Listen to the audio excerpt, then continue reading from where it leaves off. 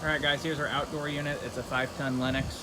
What we're going to do here is we'll reuse the existing refrigerant lines, bring about 4 foot of insulation for the suction line on the refrigerant lines. We're going to set the unit down on the ground, so we'll cut this rack off of the wall from the inside and pull it out.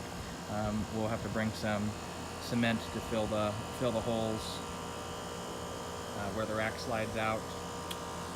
Let's see here, probably 12 pavers or so to get the unit nice and level.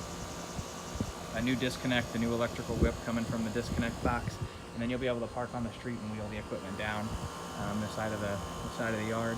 And then there are stairs over here that go to the backyard, so you should be able to wheel the furnace equipment down through the back of the house into the walkout. That should be everything. Here's our breaker panel. It's in the garage. We have a Cutler hammer load center. There's your catalog number, and then we have two double 40 amp breakers for each air conditioner, so you'll have to play with them and figure out which one's which. Chances are we'll do a fuse disconnect outside if we need to. Alright guys, we're over at Andrew's house. We're going to be doing a complete replacement of furnace and AC. So a couple things here. We're going to reuse put a new condensation drain line in from here down onto the floor. We can reuse the return drop, so we'll reuse the existing return drop. We'll put a 5-inch April Air media cleaner, or media filter in.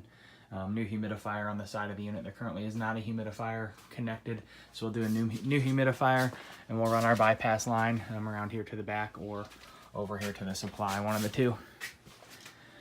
Gas lines are good, they're up to code, so we can reuse the existing gas lines, and then our refrigerant lines are properly sized, so we'll reuse the existing refrigerant lines.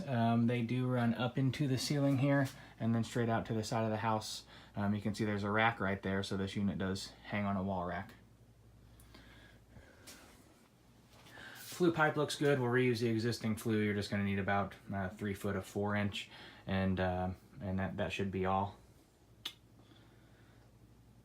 A little bit of a tight space here next to the water heater, but we got a little bit of room to work with on the other side. We should be okay. That should be everything on the basement here. We'll just reattach to the collar up there on the top with our new plenum. Our new furnace is going to be quite a bit shorter. This one's 46 inches tall, so we'll drop a little bit on that. That should be everything down here. Next will be the breaker panel.